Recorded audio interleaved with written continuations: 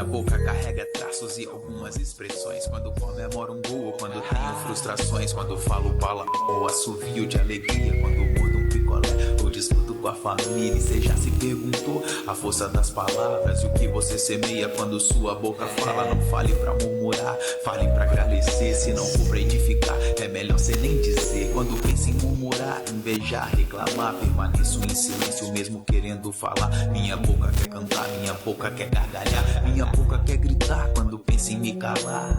Boca grande, minha boca grande, nossa boca grande, fecho minha boca grande. Me observa, quase tô distante, pra não abrir errado essa minha boca grande. Uau, que Deus.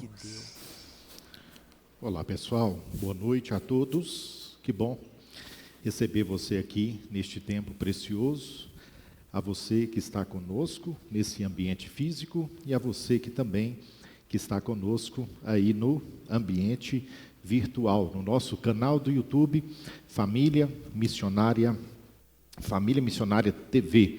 Que bom poder receber você. Hoje daremos início à nossa mais nova série de mensagens no domingo, que vem com esse título, Minha Boca Grande. Então, nas próximas 4 semanas, nós teremos a oportunidade de dialogar a respeito deste tema. Você se identificou com este tema?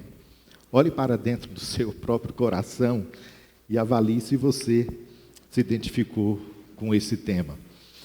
Se você não se identificou, que bom, mas nós temos algo para poder aprender nessa noite.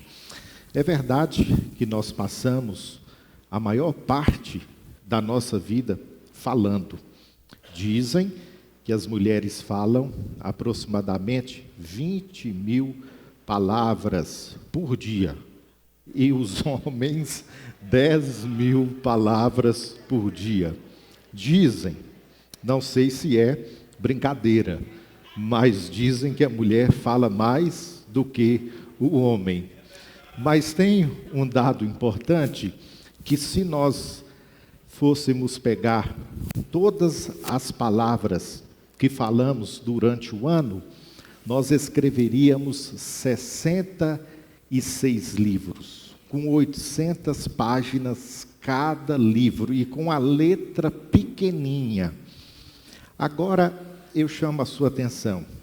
Se as pessoas fossem ler este livro, que é o livro das suas palavras, o que elas descobririam sobre você? Se as pessoas fossem ler o livro das suas palavras, o que elas descobririam sobre você? Existem muitas pessoas que têm problemas com as suas palavras, que têm problema com a sua boca. E se você quer saber se você tem problema com a sua boca, chame pelo menos 5 amigos sinceros. Não estou falando daquelas pessoas que batem nas suas costas. Eu estou falando de pessoas sinceras, amigos sinceros. E pergunte para esses amigos se você fala demais. Você será confrontado com a verdade. Você vai ser confrontado com a sua realidade se você fala demais. O texto bíblico que eu gostaria de dar início nessa noite é a carta de Tiago, capítulo 3, versículo 2. Tiago, irmão de Jesus, pastor em Jerusalém. Tiago diz assim: pois todos nós cometemos muitos erros. Se pudéssemos dominar a língua, seríamos perfeitos e capazes de nos controlar em todos os outros aspectos. O tradutor colocou este texto para a gente de uma forma que nos dá a entender a respeito da impecabilidade do ser humano. Quando nós lemos a expressão, seríamos perfeitos, só que o autor do texto não era esta proposta de ideia da impecabilidade do ser humano, porque o texto original em que nós vemos a palavra perfeitos é teleios, que quer dizer maturidade.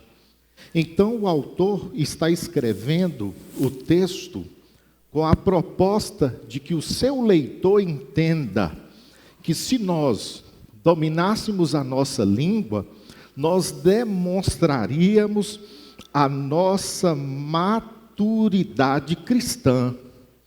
Logo, quem domina a sua língua é uma pessoa madura. E quem não domina a sua língua é uma pessoa imatura. O que o autor está dizendo para nós é isso aqui. Se você tem o domínio da sua boca, você está demonstrando uma maturidade cristã. Mas se você é alguém que fala demais, você está mostrando quão infantil você é. Olha o que o filósofo grego Aristóteles diz: o homem prudente é aquele que sabe o que dizer, como dizer e quando dizer. Muitas pessoas pegam a justificativa da cultura. Eu sou nordestino, o meu sangue é nordestino, a minha família sempre foi desta maneira, e estas pessoas não filtram as suas palavras e elas falam o que elas querem, da maneira que elas querem e quando elas querem. Só que existe os nordestinos que não passaram pela cruz, mas existe também o nordestino que passou pela cruz. E é aqui que está a diferença. Nós não podemos justificar a nossa maneira de falar dentro de um aspecto cultural, sendo que nós somos filhos da cruz. E olha, as pessoas, muitas vezes, elas são colocadas em cada situação pelas palavras. As palavras nos colocam em cada circunstância. Observe bem esse vídeo que eu vou colocar aqui agora. Legal que a família da Sônia é super bacana, porque eu conheço toda a família dela. Toda. O Elias, que é o diretor que eu amo, Elias Abrão, né, era cameraman do SBT. Eu me lembro que a gente foi fazer o programa do... Lá em Portugal, Lá em Portugal. Roberto Leal, nossa, ele coisa pendurado no helicóptero, gente. E, nossa, tua mãe está bem, né? Morreu. Ai, meu Deus, desculpa, morreu. Não, imagina, Morreu é quando? muito recente. Ai, Foi janeiro Sônia, eu não desse vi. ano, Cris. Poxa vida. Ela amava você, te achava Nossa, demais. meus assim. sentimentos, eu não vi, poxa vida. não, E a Margarete sim. está bem? Está bem, graças a Deus. Acho que ficou baixo e vocês não entenderam. A Cristina Rocha perguntou a Sônia Abrão: e cadê sua mãe? Minha mãe morreu. As nossas palavras, às vezes, elas nos colocam em cada situação, em cada circunstância, que muitas vezes nós nos perdemos. Mas hoje eu gostaria de conversar com vocês a respeito dos 3 grandes problemas de uma boca grande. E o primeiro problema da nossa boca, essa boca que muitas vezes não tem o controle, está aqui em Tiago, no capítulo 3, versículos 3 e 4, em que o texto bíblico diz assim: ora, ao colocarmos freios na boca dos cavalos, para que eles nos obedeçam, conseguimos controlar o animal todo. Observai, por exemplo, os navios, embora sejam de grande porte e impelidos por fortes ventos, são dirigidos por um leme muito pequeno, de acordo com a vontade do piloto. A nossa tendência, quando nós lemos este texto, fica apenas nestas 2 imagens: a imagem do freio e do leme, que dá direção. Mas o que Tiago estava querendo mostrar ia além do freio e além do leme. Tiago, ele está colocando a imagem de um cavalo, e este cavalo não é um cavalo doméstico, mas era um cavalo selvagem. E o que Tiago está propondo na sua carta é dizer aos seus ouvintes: a sua boca é como um cavalo selvagem, as suas palavras têm força. E se você não colocar um freio nas suas palavras, não colocar um freio na sua boca, você vai se perder. Um cavalo selvagem se perde. E eu puxo ainda a nossa compreensão nesta noite, que não apenas este cavalo selvagem, ele se perde, mas como ele também perde muitas coisas. Quantas vezes as nossas palavras nos fazem perder muitas coisas? Quantas pessoas que já perderam por causa da falta de domínio das suas palavras? O que Tiago propõe é esta comparação, de que a nossa boca é uma boca selvagem. Quando alguém fala algo conosco, qual que é a nossa tendência? Logo revidar de forma ríspida, de forma grosseira. Mas nós precisamos colocar um freio para que este freio possa dar a direção certa para o cavalo. E o salmista diz: Senhor, coloca um guarda na minha boca. E é disso que a proposta da carta nos conscientiza. Então você tem uma boca selvagem, você tem uma boca felina, e nós precisamos pedir ao Senhor para colocar um freio na nossa boca, para que nós possamos direcionar bem as nossas palavras. Aqui nós temos, quando Tiago fala a respeito do leme e da pessoa que direciona o leme do navio. Mas a ideia de Tiago, quando ele fala a respeito do navio, ele está falando de um dos meios de transporte mais comum daquela época. E quando ele pensa em navio, ele está pensando nos tripulantes. Vai depender ali do capitão que está direcionando o leme, a vida ou a morte dos tripulantes. À volta das nossas palavras existem pessoas. À volta do que nós falamos, do que nós dizemos, não existem coisas, existem pessoas. E dependendo de como nós direcionamos esse leme, nós poderemos colocar em risco a vida das pessoas.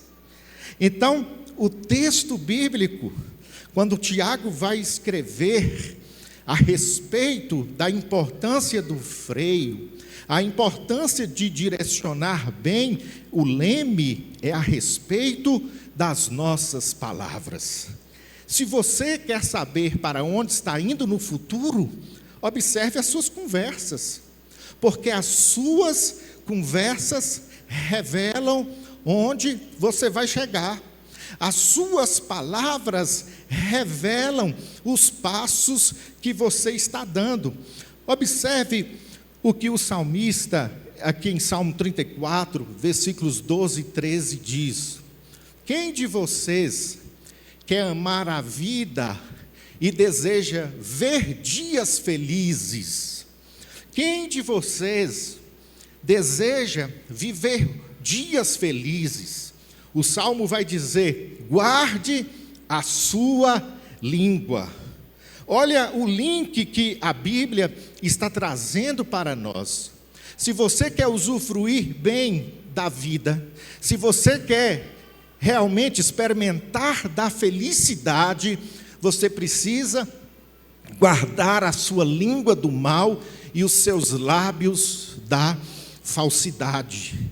A felicidade está ligada no ato de guardarmos a nossa língua, enquanto a infelicidade está ligada ao ato de não disciplinarmos a nossa boca. Olha que interessante, que o nosso futuro vai depender do que nós falamos. O nosso amanhã vai depender da nossa boca, daquilo que sai, das palavras que nós produzimos. E existem muitas pessoas que pensam que isso não é espiritual. Isso é mais espiritual do que você pensa. Guardar a língua, disciplinar o que nós falamos, é mais espiritual do que você pensa. Você, com a sua boca, pode destruir tudo ao redor. O que nós aprendemos em primeiro lugar? Que o nosso futuro vai depender do que nós falamos. O nosso futuro vai depender da nossa boca. Então, se eu desejo um futuro bem-sucedido, eu preciso gerenciar as minhas palavras. E eu preciso entender também que o que eu falo pode destruir tudo ao meu redor. Olha o que o texto bíblico diz, de Tiago 3, 5 a 6. Assim também, a língua é algo pequeno que profere discursos grandiosos. Vejam como uma simples fagulha é capaz de incendiar uma grande floresta. E entre todas as partes do corpo, a língua é uma chama de fogo. É um mundo de maldade que corrompe todo o corpo, ateia fogo a uma vida inteira, pois o próprio inferno a acende. Olha o que esse texto bíblico diz. Daqui a pouquinho eu vou entrar nessa fagulha que é capaz de incendiar uma grande floresta. E a língua é como chama de fogo. Mas eu chamo a sua atenção para o término deste verso, em que diz que é o próprio inferno que acende a língua maldita, a língua que não mensura o que diz. E se a Bíblia diz que é o próprio inferno que acende, eu estou jogando do lado de quem? Do diabo. Se eu não avalio o que eu digo, se eu sou alguém que não tenho o devido cuidado com as minhas palavras, a Bíblia diz que o inferno acende a língua. Então eu estou jogando do lado do diabo. Você não está jogando do lado de Deus se você é um falastrão. Você não está jogando do lado de Deus se aquilo que vem na sua cabeça, você sai falando com as pessoas ou para as pessoas. Você está jogando do lado de quem que acende a sua língua. É a Bíblia quem diz isso. Mas ainda, quando nós lemos o texto bíblico aqui em Tiago 3, 5 e 6, diz assim: assim também, a língua é algo pequeno que profere discursos grandiosos. Vejam como a simples fagulha é capaz de incendiar uma floresta. A língua é uma chama de fogo. Eu não sei se vocês viram, há alguns dias atrás, essa notícia que é de 24 de setembro. Disse o seguinte: fogueira durante acampamento causou incêndio no Parque Estadual Serra Azul, em Mato Grosso, diz perícia. Aí eu fui pesquisar sobre esta situação. Aí a perícia havia sinalizado o local em que algumas pessoas estavam, acenderam uma fogueira, algo aparentemente insignificativo, e olha o que causou. Uma pequena fogueira, é isso que Tiago está falando. uma fagulha é capaz de colocar fogo numa floresta inteira. Aí, quando nós olhamos para Mato Grosso, agora no início de setembro, isso aconteceu lá em Mato Grosso, nesse parque. Uma pequena fogueira provocou um incêndio nesse parque. Olha como era a figura, que coisa mais linda. Observe que existem tantas amizades bonitas que se acabam por causa de uma fogueira de fofoca. Observe que existem tantos casamentos bonitos que acabam por causa de uma aparente fogueira insignificativa, uma fogueira de fofoca. Observe tantas famílias bonitas que se acabam por causa de uma fogueira de fofoca. Observe tantos ministérios bonitos que se acabam por causa de uma fogueira de fofoca. Aí eu faço uma reflexão com vocês nessa noite. Estas pessoas estão nessa fogueira, elas estão aqui neste momento, no calor da fogueira. Será que nós, muitas vezes, não participamos do calor de fogueiras da fofoca? Será que nós não participamos do calor da fogueira, das palavras que muitas vezes nós não deveríamos usar, de uma conversa que nós não deveríamos falar? O que diz Salmos, capítulo 1, no versículo 1? Bem-aventurado aqueles que não andam na roda dos escarnecedores. Bem-aventurados, felizes são aqueles que não estão no meio daquilo que desagrada a Deus. Uma fogueira parece algo insignificante, mas é algo que pode colocar em prejuízo uma floresta. Tem coisas que, quando nós estamos com uma ou duas pessoas ou três, parece que é algo insignificante, mas pode destruir com uma pessoa, mas pode prejudicar alguém. Nós pensamos que é algo que talvez não tenha problema, mas tem problema porque a palavra de Deus abomina. Olha o que diz o texto bíblico aqui em Tiago, capítulo 3, versículos 7 e 8. O ser humano consegue domar toda a espécie de animal, ave, réptil e peixe, mas ninguém consegue domar a língua.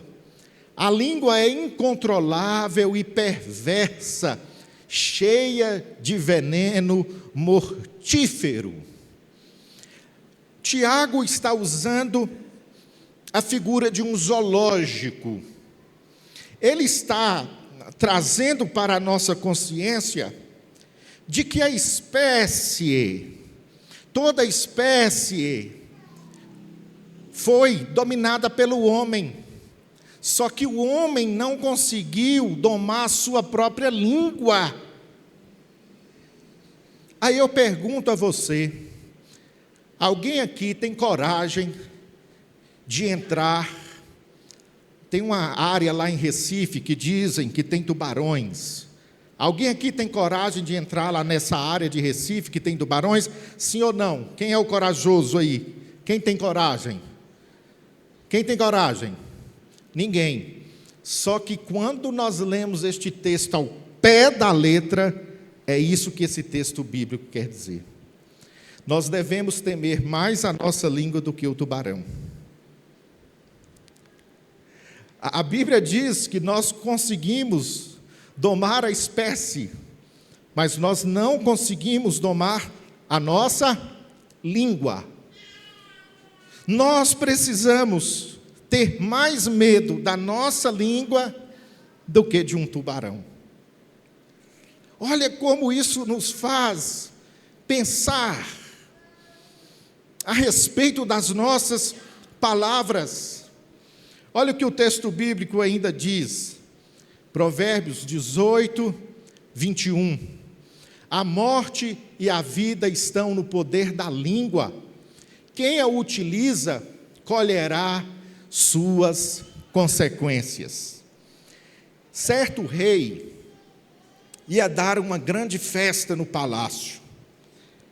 E ele chamou o chefe de cozinha e disse àquele chefe: eu quero que você prepare o melhor prato do mundo, para que eu possa servir aos meus convidados. No outro dia, o chefe saiu cedo, foi ao mercado, e quando ele chegou no mercado, ele comprou várias espécies de língua. E então ele levou para o palácio. Ele começou a preparar o buffet. Língua disso, língua de boi, língua daquilo, língua daquilo, língua daquilo. E quando os convidados chegaram, os convidados começaram a abrir ali os utensílios do buffet. Alguns gostaram, outros ficaram estarrecidos e perguntaram ao rei: rei, o senhor está dando uma grande festa e o senhor vai servir língua. Aí o rei chamou o chefe e questionou: chefe, eu não pedi a você o melhor prato do mundo e você vem e me traz língua de várias espécies. Ó meu rei, a língua, ela é o melhor prato do mundo, pois ela é usada para consolar. Através da língua nós podemos falar palavras doces, nós podemos levantar alguém, nós podemos edificar, nós podemos mudar o dia de uma pessoa. Aquilo então convenceu o chefe, o rei. Aquilo que o chefe havia falado convenceu o rei. Só que no outro dia, também o rei iria dar uma grande festa. E ele pensou: pronto, já que eu pedi ao chefe que ele trouxesse o melhor prato do mundo, ele trouxe língua, agora eu vou pedir o pior prato do mundo. Então você vai lá e traga o pior prato do mundo. Tá bom. O chefe vai, sai, vai no mercado, e o que vocês acham que o chefe comprou? Língua. Então ele vai, prepara todos os pratos, língua disso, língua daquilo, e os convidados chegam e abrem ali e falam: poxa vida, rei, o senhor só pode estar brincando conosco. O senhor fez a maior propaganda, um marketing dessa festa, e ontem o senhor serviu língua e hoje o senhor está servindo de novo. Aí o rei manda chamar o chefe. Fala: chefe, ontem eu pedi o melhor prato do mundo, você me serve língua. Hoje eu estou pedindo o pior prato do mundo e você me serve língua. Eu não estou entendendo. Aí o chefe disse ao rei: meu rei, a língua pode ser o melhor prato, mas a língua também pode ser o pior prato. Da mesma forma que eu posso alegrar o dia de alguém com a minha língua, eu posso entristecer o dia de alguém com a minha língua. Da mesma forma que eu posso edificar alguém com a minha língua, da mesma forma eu posso destruir alguém com a minha língua. Aí nós lembramos do sábio que disse em Provérbios 18, 21, nós lembramos do texto bíblico em que diz: a morte e a vida estão no poder da língua, quem a utiliza colherá suas consequências. Tanto a vida quanto a morte estão no poder da língua, só que nós precisamos usar a nossa língua. E de qual maneira que você tem usado a sua língua? Você tem usado a sua língua para edificar ou para destruir alguém? Porque os meninos tiraram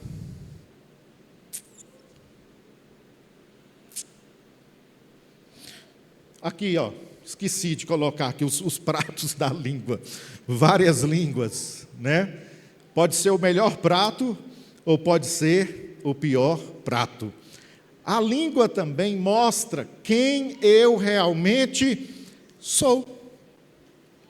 Em primeiro lugar, o que é que nós aprendemos?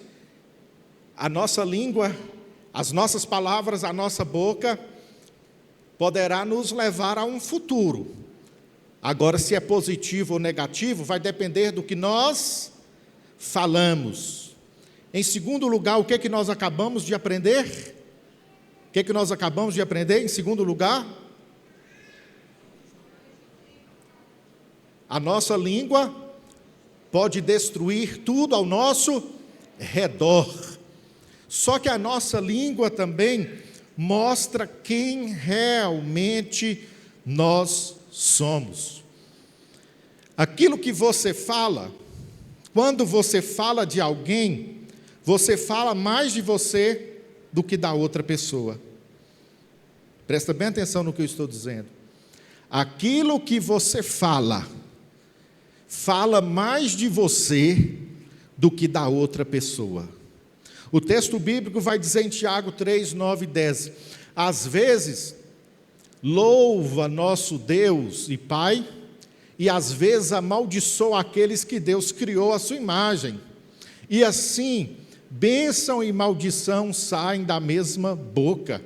Meus irmãos, isso não está certo. Às vezes nós louvamos a Deus aqui na igreja, levantamos as nossas mãos e louvamos a Deus, e adoramos com a nossa boca, mas quando saímos ali da porta da igreja, nós já olhamos para a criança e até xingamos a criança, ou murmuramos, ou reclamamos. Não combina. Isso não dá certo. Preste bem atenção nisso aqui que eu vou dizer a você. O modo como falamos é como uma janela entreaberta. Por ela, o coração deixa escapar sobre quem somos. As nossas palavras deixam escapar quem nós somos. A nossa palavra vai revelar o nosso coração. Por exemplo, quando você vai ao médico, uma das principais ações do médico é coloca a língua para fora. Porque o médico, através da língua, vai ter algumas revelações a respeito da sua saúde. Então, as nossas palavras revelam a nossa saúde espiritual. Aquilo que nós falamos revela como o nosso coração está. E olha o que a Bíblia diz em Tiago 3, 11 e 12. Acaso de uma mesma fonte pode jorrar água doce e amarga? Pode a figueira produzir azeitonas ou a videira produzir figos?